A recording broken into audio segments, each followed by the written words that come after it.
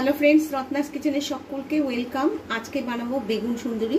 তো এটা বানানোর জন্য কি কি লাগছে আসুন বলে নিই। এখানে বেগুন আমি চাকচাক করে কেটে নিয়েছি পেঁয়াজ কুচি, নুন নিয়েছি, আর একটু ফোড়ন দেওয়ার জন্য দারচিনি আর গোলমরিচ, আর একটা এলাচ, জিরে গুঁড়ো, লঙ্কা গুঁড়ো, হলুদ গুঁড়ো, আর নুন তো নিয়েছি, আর আদা রসুন পেস্ট, আর হচ্ছে টমেটো, আর দই, আর হচ্ছে শাহি গরম মশলা।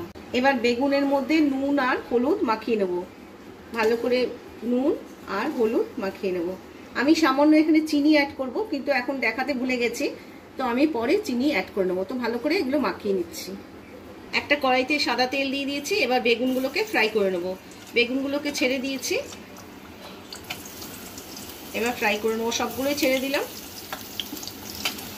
এবার ফ্রাই করে একটা থালার মধ্যে তুলে নেব। বেগুনগুলো ফ্রাই হয়ে গেছে। কড়াইতে যা তেল আছে তার মধ্যে আমি দিয়ে দিচ্ছি এই শুকনো ফোড়নটা, তারপরে দিয়ে দেবো পেঁয়াজ কুচি।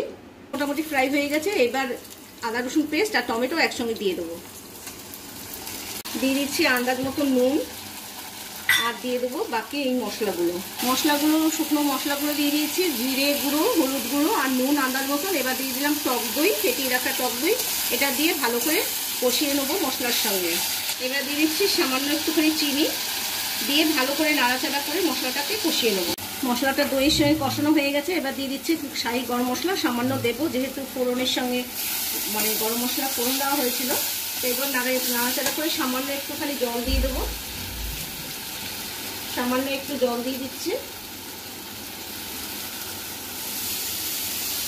দিয়ে গ্রেভিটা একটুখানি ফুটে উঠলে এটাকে গ্যাসটাকে বন্ধ করে দেবো। গ্রেভিটা রেডি হয়ে গেছে, গ্যাসটাকে বন্ধ করে দিয়েছি।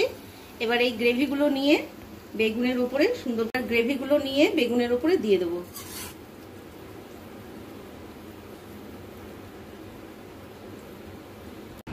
কেমন লাগলো আমার এই রেসিপি? যদি ভালো লেগে থাকে তাহলে অবশ্যই আপনারা একটু ট্রাই করবেন আর শেয়ার করে দেবেন বেশি বেশি করে বন্ধু বান্ধব আত্মীয় স্বজনের সঙ্গে।